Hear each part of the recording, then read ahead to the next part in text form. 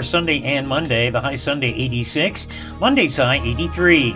I'm Steve Williams on AM 560, The Answer. 59 at O'Hare, 50 in Aurora. Your next news update is at 8:30.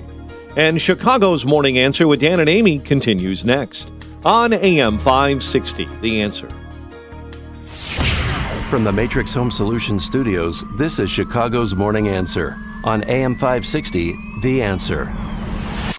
Listen to AM 560 The Answer online at 560theanswer.com, on the AM 560 mobile app, on your Alexa-powered smart speaker, and on TuneIn, iHeart, and on Odyssey. This is Chicago's Morning Answer with Dan Proft and Amy Jacobson on AM 560 The Answer.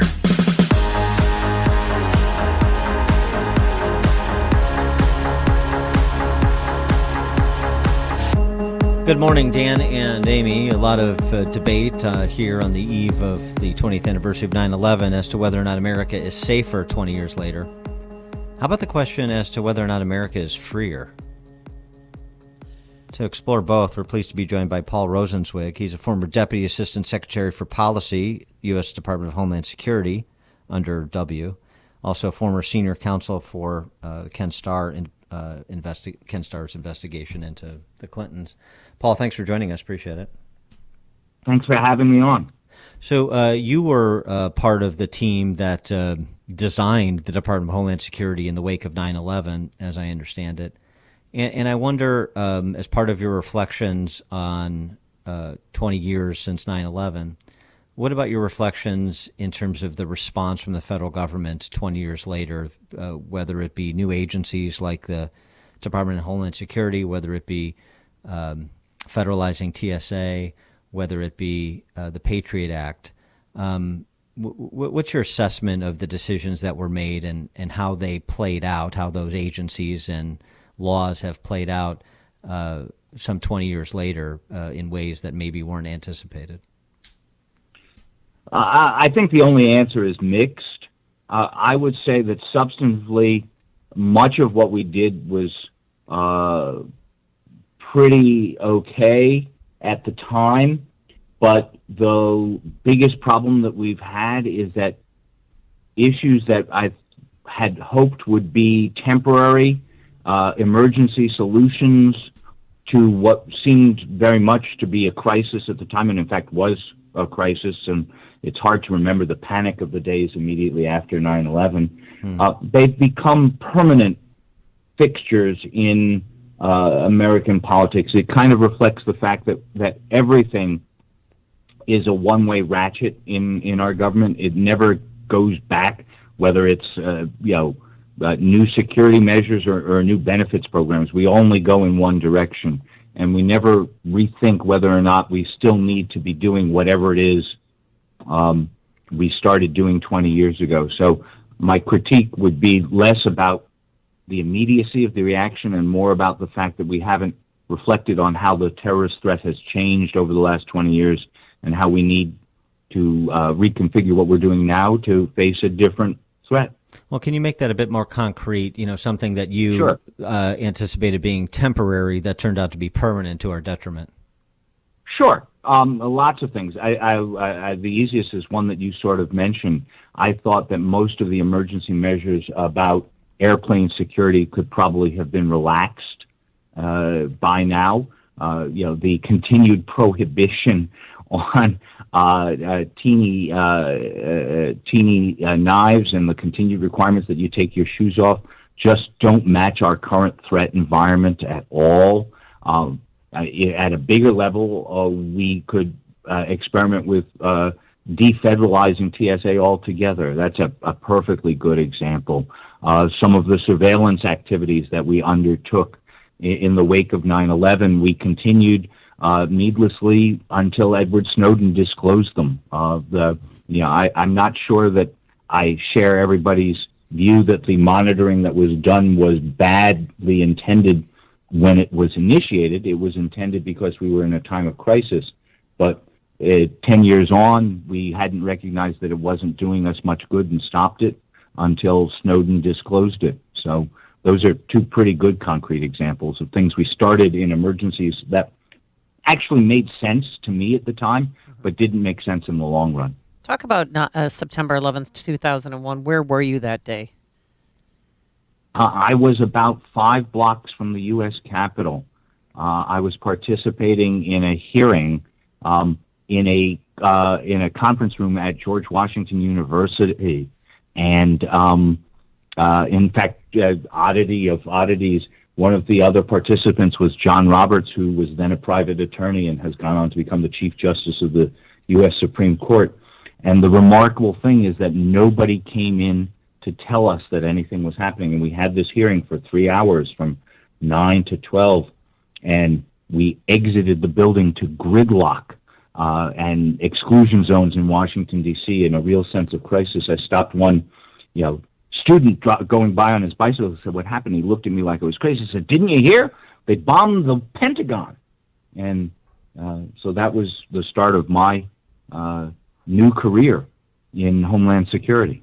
And what were the conversations like at that time about creating this super agency, and just sort of attendant to the conversation we're having, concerns that were voiced by people like you and others about what we need to be careful of as we're accumulating more power in the hands of the federal government to respond to this, as you said, legitimate and serious crisis at the time? Yeah, that's a great question. There were legitimate concerns about the stovepiping of the U.S. government's response and its homeland protection in the immediate aftermath of 9/11. The lack of communication between the FBI and the intelligence community was a focus of the 9/11 Commission. The fact that at the border we had 3 separate agencies that were screening people, some for customs, some for immigration, some for illegal immigration, and some for agriculture, was just a ludicrous division of responsibility. And so the instinct to do some increased coordination was sensible, but again, we kind of went too far, and we haven't revisited that. It makes very little sense to me, for example, that the organization responsible for responding to natural disasters and hurricanes is part of our counterterrorism and homeland security institution. Mm-hmm. And I mean, I sort of get a little bit of the logic of why it happened, but the last 20 years have proven that it really was not a necessary change. The frequency with which it responds to terrorism is so small that it should be hived off to do its main job, which is responding to natural disasters and crises. I wonder what, for those who voice concern about some of the things that you're referencing, I wonder if anybody said, something like all Milton Friedman observations are true, and the idea that nothing is so permanent as a temporary government program is something that we should be very leery of, that we should guard against here. So are there ways to create sunsets and tripwires so that things that we're doing right now to respond in real time to the security concerns that we have, we need to have ways to ensure they're going to be phased out so that we don't live down to Friedman's observation? That's an endemic problem, and I don't think it's soluble because it is in the nature of government that we are unable to do that and limit ourselves in this way. And so, it's just the aggrandizement of power is kind of almost inevitable. We've tried for years to do that with all of the truly excellent protections that the framers put into the Constitution, divided government, separation of powers, but those are eroding, and I'm afraid that's at least too sophisticated a question for me to have a really good answer to, I'm afraid. What's your response to the question that's being batted about on op-ed pages this week? Is America more or less safe 20 years later? Well, at a gross level, I think it's clear that having not suffered another major foreign terrorist attack in 20 years, we're safer. On the other hand, I think that it is also clear that that the world has changed around us, and we haven't done as well in responding to the new versions of threats like cyber terrorism, domestic terrorism, that sort of thing. And to my question of, are we more or less free 20 years later? Somewhat less, but I don't share the crisis view that it's appreciably less. Many of the sacrifices, like taking your shoes off at the TSA, are in any real sense trivial. So yes, the government has gained a great deal of power, but I don't think it's the crisis that some civil libertarians think. Mm-hmm.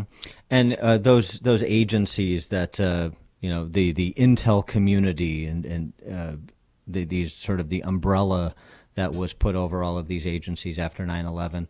What's your assessment of their performance over the last 20 years?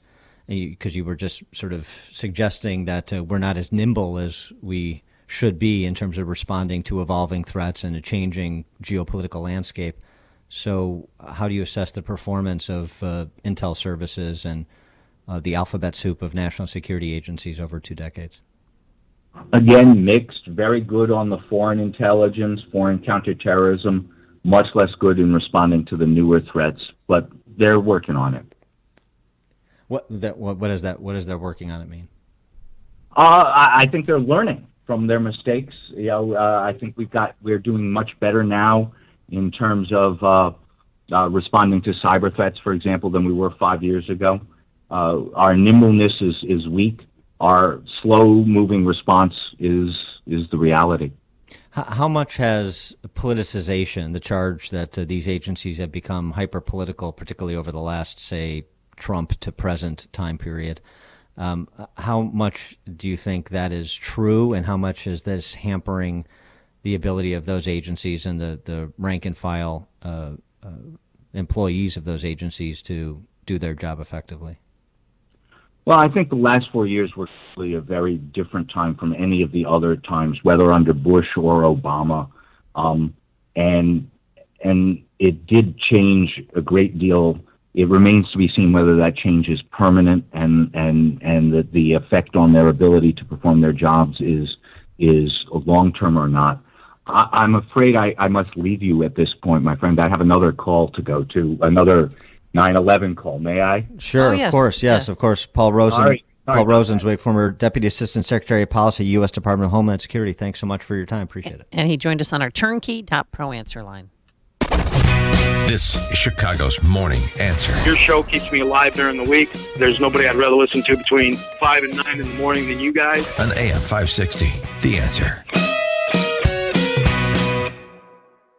Is on a complicated diet these days. Gluten-free, keto, metabolic, sugar-free. And with these diets comes special dietary protocol and food products. You can find plenty of advice on your social media sites, but you need expertise to purchase the right food items. A visit to Lill's Dietary Specialty Shop is necessary to shop the best food choices for a medical diet or health plan. Lill's Dietary Specialty Shop stocks all the hard-to-find foods you're looking for, like wheat and dairy alternatives, sugar-free baking mixes, healthy snacks, and more. There's no longer a reason to put off that diet you're supposed to be on when you have Lill's. The staff has personally researched and vetted each item in the store and has plenty of choices in stock. Lill's Dietary Specialty Shop on 111th Street in Mount Greenwood on the south side of Chicago. Stop in and shop in person or order online at lillsdietary.com and get your items shipped right to your home. lillsdietary.com. Shop, learn, and be healthy.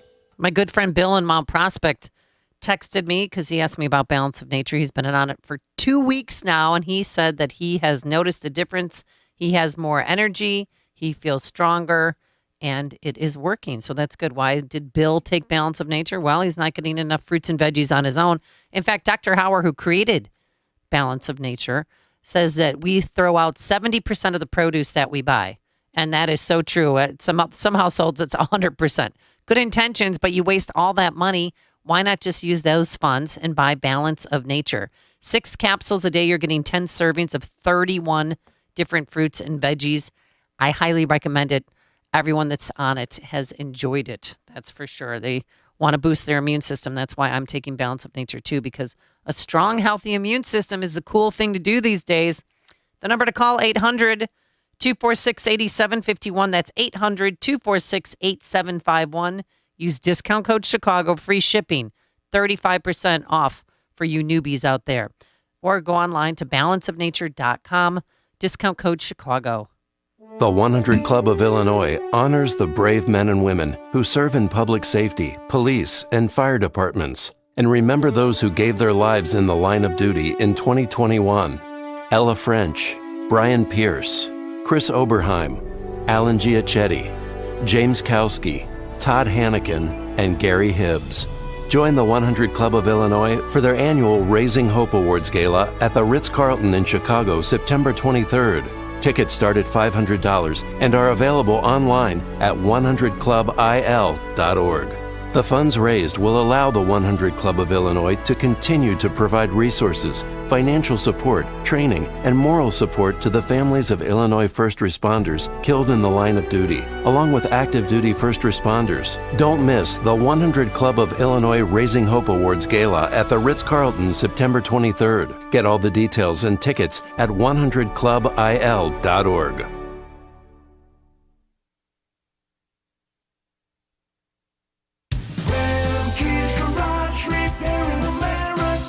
You've heard Remkes Garage commercials on AM 560, and now they specialize in servicing Sprinters and light-duty diesels. But the experts at Remkes also service Isuzu and Chevy low-cab forward trucks. So if you own an Isuzu or Chevy low-cab forward truck but aren't sure where to get it repaired, take it to Remkes Garage, your #1 dealer alternative for repairs to your Isuzu NPR, Isuzu F-Series, or Chevy low-cab forward truck.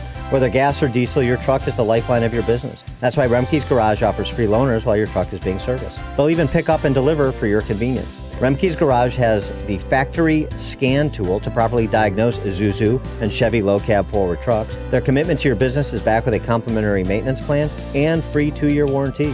Go to remkesgarage.com to learn more about their specialization in Isuzu and Chevy low-cab forward trucks and schedule your appointment today. That's Remkes, REMKES, garage.com. AM 560, The Answer.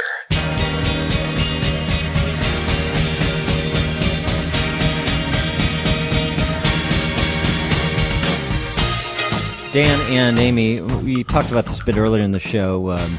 Amid all of what Joe Biden unfurled yesterday was some discussion of booster shots. And let's listen to what the president had to say in his own words. We've done our part. We bought enough booster shots, and the distribution system is ready to administer them. As soon as they are